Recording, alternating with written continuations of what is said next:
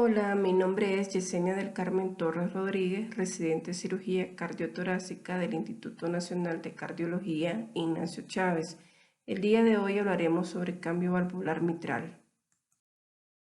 Iniciaremos hablando sobre la historia de la válvula mitral, iniciando en 1902 por Sir Laurel Bruton, distinguido cardiólogo de Londres, quien publicó lo que él llamó una nota preliminar en Lancet sobre la posibilidad del tratamiento de la estenosis mitral por métodos quirúrgicos.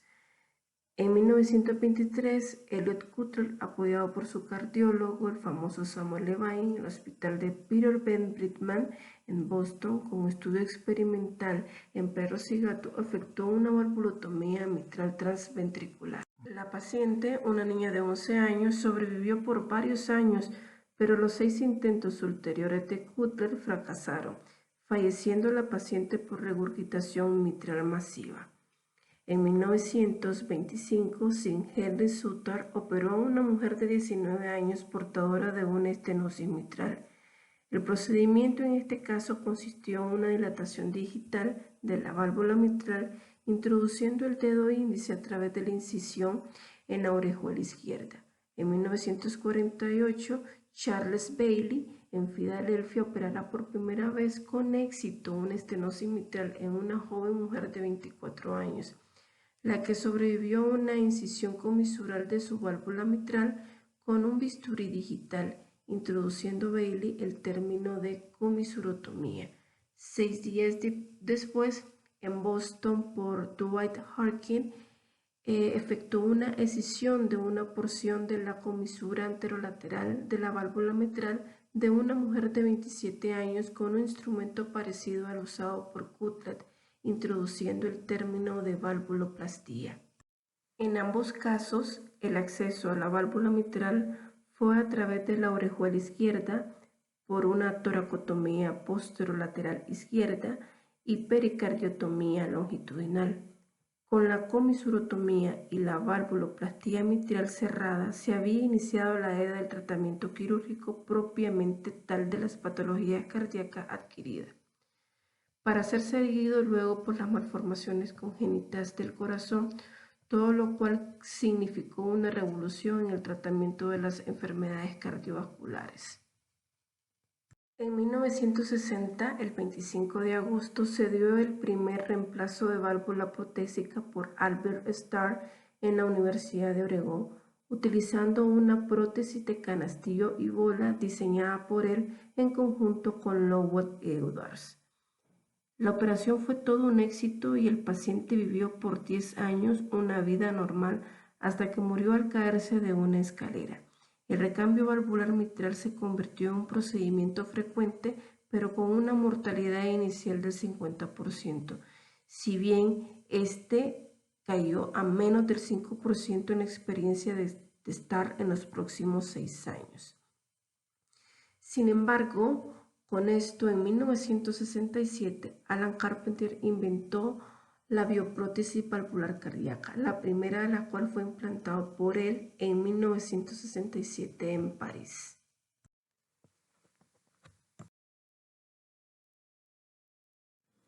Hablando sobre anatomía, la anatomía de las válvulas cardíacas generalmente se describen con respecto a las secciones transversales o longitudinales del corazón. La válvula mitral consta de 5 componentes distintos, los cuales son el anillo, las valvas de la valva mitral, las cuerdas tendinosas, los músculos papilares y el ventrículo izquierdo. La integridad estructural de cada componente y su coordinación permiten un flujo sanguíneo sin obstrucciones a través de la válvula mitral hacia el ventrículo izquierdo durante la diástole y evitan la regurgitación de la sangre hacia la aurícula izquierda durante la sístole. La unión entre la aurícula y el tejido valvular suele estar bien delineado por los diferentes colores de esta estructura. El atrio es ligeramente rosa y las valvas son amarillentas. Esta unión define la bisagra donde se inicia el movimiento de las valvas y permite demarcar el anillo fibroso que no es visible desde una vista auricular. El anillo fibroso es en realidad una banda tejido conectivo que solo existe en algunas partes de inserción de la valva posterior. En la valva anterior se continúa con la cortina aórtico-mitral, que se extiende desde el anillo de la válvula aórtico hasta la base de la válvula anterior en cada extremo. La valva anterior se une al trígono fibroso derecho posteromedial y al trígono fibroso izquierdo anterolateral. El trígono fibroso derecho es un área densa, rígida del esqueleto cardíaco que ancla el anillo mitral con el anillo tricuspidio, la cúspide aórtica no coronariana y el tabique interventricular membranoso. El trígono fibroso izquierdo es el área de continuidad entre el anillo mitral anillo y la cúspide coronariana izquierda. El nodo auriculoventricular y el haz de His se encuentran cerca del trígono posteromedial o trígono fibroso derecho, mientras que la arteria circunfleja se origina en la arteria coronaria principal izquierda en la profundidad del trígono fibroso izquierdo. La cortina aórtico-mitral se superpone entre la región intertrígono. En paralelo, la valva posterior más delgada del anillo mitral se encuentra el seno coronario. El anillo posterior no está rígidamente anclado y el esqueleto fibroso presenta una discontinuidad variable en esta zona. En consecuencia, el anillo posterior es más móvil durante el ciclo cardíaco y más propenso a dilatarse, aunque también se puede observar la dilatación en el anillo anterior.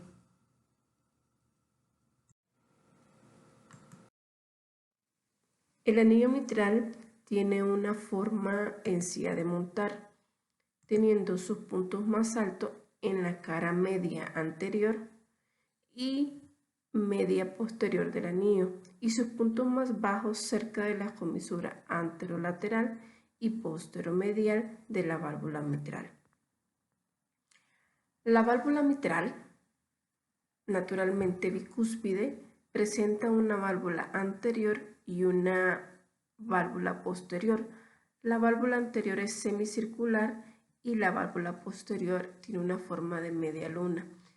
A pesar de sus diferencias de forma, la válvula anterior y posterior tiene un área de superficie aproximadamente igual, que combinada es más del doble del área transversal del anillo mitral. Las valvas de la válvula mitral permiten un área normal de orificio de la válvula de 4 a 6 centímetros cuadrados. Las dos valvas se coaptan por debajo del plano anular a lo largo del margen libre, opaco y ligeramente engrosado de sus respectivas superficies auriculares, denominada zona rugosa. El resto de la superficie auricular de cada hojuela es delgada y translúcida y se denomina zona clara o zona atrial. En las válvulas normales, la relación entre la altura de la zona rugosa y la zona clara es de 0.6 para la válvula anterior y 1.4 para la válvula posterior. La válvula anterior de la válvula mitral está unida aproximadamente a 1/3 de circunferencia anular, con inserción de fibras de colágeno de la valva directamente en la región de los trígonos fibrosos derecho e izquierdo. Como resultado, la valva anterior se continúa con las cúspides izquierda y no coronaria de la válvula aórtica a través de la cortina aórtico-mitral y también sirve como límite posterolateral del tracto de salida del ventrículo izquierdo, separando así la trayectoria de entrada diastólica y salida sistólica dentro del ventrículo izquierdo. La valva posterior de la válvula mitral está unido a los 2/3 restantes de la circunferencia anular. Durante el ciclo cardíaco, la contracción y relajación de la aurícula izquierda y el ventrículo izquierdo así como el movimiento de la raíz aórtica, en conjunto hacen que el anillo mitral sufra pasivamente una contracción circunferencial similar a un esfínter. Así que la forma que adquiere el anillo mitral durante la diástole es de forma circular y durante la sístole es en forma de riñón. El anillo durante la sístole presenta un mayor grado de contracción a lo largo del eje intercomisural, de modo que las dimensiones anteroposteriores e intercomisural al final de las sístoles son aproximadamente iguales. En general, se observa una disminución del 25% en el área transversal anular al final de la sístole en comparación con el final de la diástole. La valva anterior de la válvula mitral está unida aproximadamente a un tercio de la circunferencia anular. La valva posterior de la válvula mitral está unido a los 2/3 restantes de la circunferencia anular. El margen libre de la válvula posterior está festoneado con subcomisuras que típicamente dividen la válvula posterior en 3 segmentos distintos. Los segmentos anterolaterales o P1, medio o P2 y posteromedial o P3.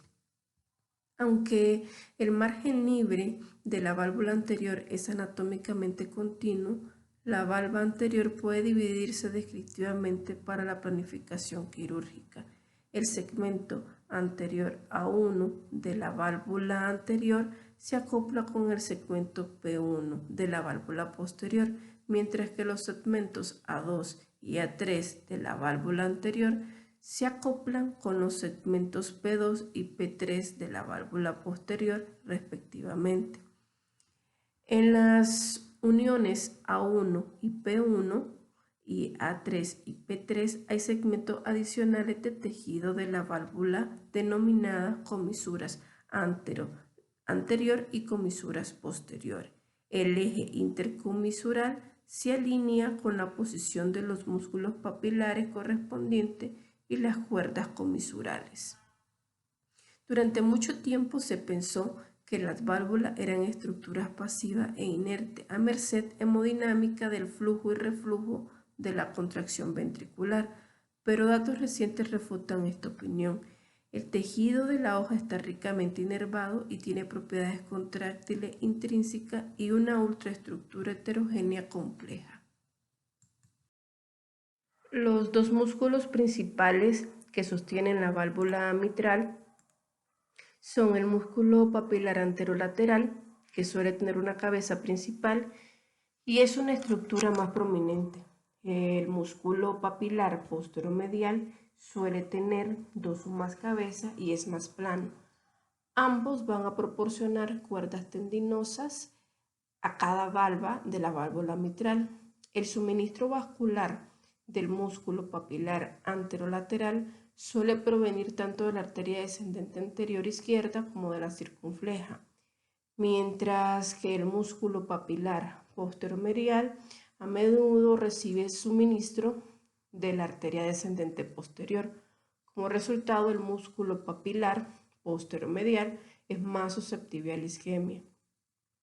Los músculos papilares anterolaterales y posteromediales se contraen simultáneamente y desarrollan una tensión que retrasa significativamente la presión del ventrículo izquierdo y cambian de longitud de acuerdo con el volumen del ventrículo izquierdo. Las cuerdas tendinosas son estructuras similares a cuerdas compuestas de colágeno que se ramifican desde los músculos papilares o directamente desde la pared del ventrículo izquierdo y se insertan en la superficie ventricular de las valvas anterior, posterior y comisural. Recordemos que las cuerdas tendinosas, los músculos papilares y la pared del ventrículo izquierdo forman el aparato subvalvular. Las cuerdas de primer orden están diseñadas para prevenir el prolapso de las valvas y surgen cerca de las puntas de los músculos papilares y se insertan en el borde anterior de las valvas, mientras que las cuerdas de segundo orden se insertan atrás de las valvas, ya sea en la zona rugosa o en la unión entre la zona rugosa y la zona clara. Estas cuerdas son más grandes y gruesas y sirven para estabilizar la válvula, mantener la continuidad valvular ventricular y ayudar al rendimiento sistólico ventricular. Las cuerdas de tercer orden surgen de las trabeculaciones de la pared ventricular y se insertan cerca del anillo. En total van a haber alrededor de 25 troncos cordales principales, un rango de 15 a 32, y surgen de los músculos papilares, divididos por igual entre las que van a las valvas anterior y posterior. Las comisuras anterolaterales y posteromediales reciben sus propias cuerdas secundarias, aunque también se han descrito cuerdas primarias de las comisuras en abanico. La variación anatómica en el aparato cordal de la válvula mitral no es infrecuente y resulta en apoyo deficiente de las valvas, lo que se ha propuesto como un posible mecanismo de prolapso aislado de la válvula mitral en la población anciana. Existen varios abordajes para la válvula mitral, incluida la esternotomía mediana, la toracotomía derecha, la mini esternotomía, entre otras. La decisión sobre qué abordaje es específica del paciente, teniendo en cuenta las variables como operaciones previas, experiencia del cirujano y si se van a realizar otros procedimientos concomitantes. El abordaje quirúrgico elegido para el reemplazo de la válvula mitral dicta la estrategia de canulación, así que una esternotomía mediana estándar utiliza una canulación aórtica ascendente y canulación venosa bicava o alternativamente con una única cánula venosa. El paro cardiopléjico se logra mediante la combinación de cardioplegia anterógrada y retrógrada. El corazón se descomprime con una ventilación de raíz aorta y o ventilación del ventrículo izquierdo a través de la vena pulmonar superior derecha, ya sea por separado o de manera concomitante. Debemos de recordar que la exposición de la válvula mitral es clave para una cirugía exitosa y esto se puede lograr a través de varias técnicas, incluido un abordaje auricular izquierdo a través del surco de Sundergaard o a través del abordaje transeptal y por último a través del abordaje de la cúpula auricular izquierda.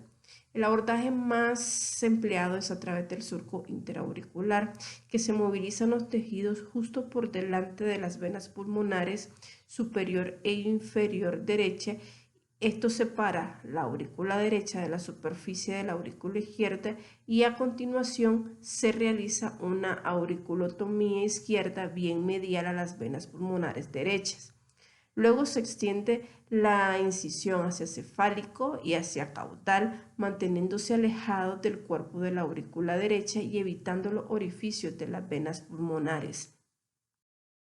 El abordaje transeptal es útil en pacientes con anatomía desfavorable, aurícula pequeña, tórax profundo, tejido friable o que necesitan procedimientos concomitantes como la reparación de la válvula tricúspide. La canulación es bicava y es necesario para este tipo de abordaje. Se realiza en la aurícula derecha paralelo al surco auriculoventricular. La incisión pasa medial al apéndice auricular derecha y se extiende a lo largo de la aurícula derecha, medial con la unión del atrio izquierdo. Se identifica el tabique interauricular y la fosa oval y se hace una incisión en el tabique interauricular en la cara posterior de la aurícula derecha, cerca de las venas pulmonares. La incisión aquí deja suficiente tejido septal para permitir la retracción de la cúpula de la aurícula izquierda y el cierre del tabique al finalizar. Si la visualización sigue siendo inadecuada, se puede extender la incisión transeptal hacia la cúpula de la aurícula izquierda. La exposición es excelente con el abordaje transeptal extendido, sin embargo, esta incisión es más difícil de cerrar y corre el riesgo de transgredir la arteria del nódulo sinusal. Existe una amplia evidencia de que la preservación de la unión de las cuerdas tendinosas y músculos papilares al anillo de la válvula mitral mejora la supervivencia después del cambio de la válvula mitral tanto a corto como a largo plazo. En la figura A se colocan los retractores auriculares, se coloca una pinza hemostática y se retrae posteriormente para exponer el anillo.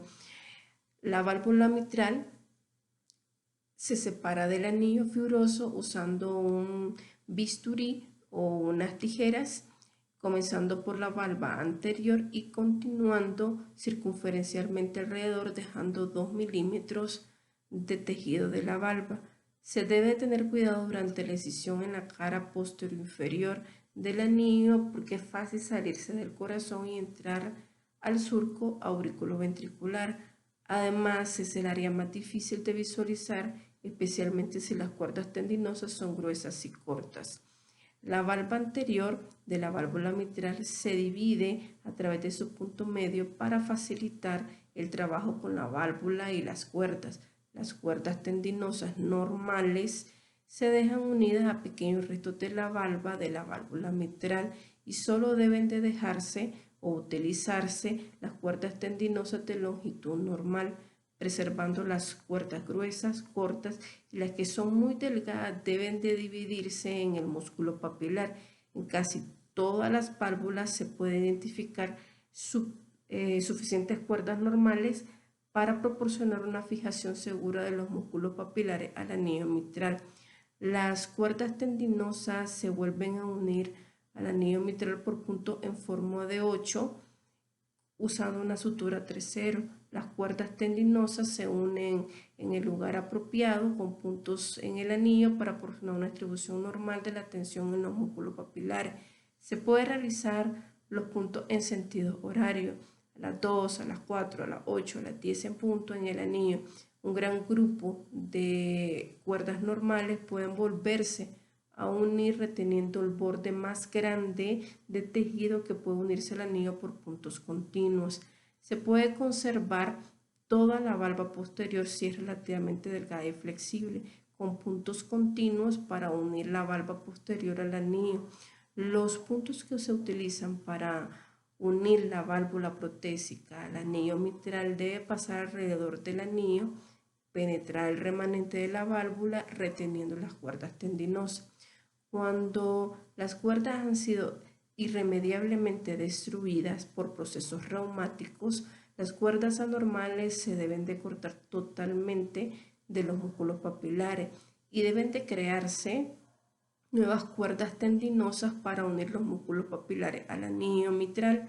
La sutura de PTFE es un buen sustituto de cuerdas tendinosas. Se colocan apósitos de teflón reforzando la sutura de los músculos papilares, se pasan a través del anillo de la válvula mitral y las suturas se anudan en un lugar adecuado para retener el apoyo del anillo de la válvula mitral por los músculos papilares durante la sístole ventricular.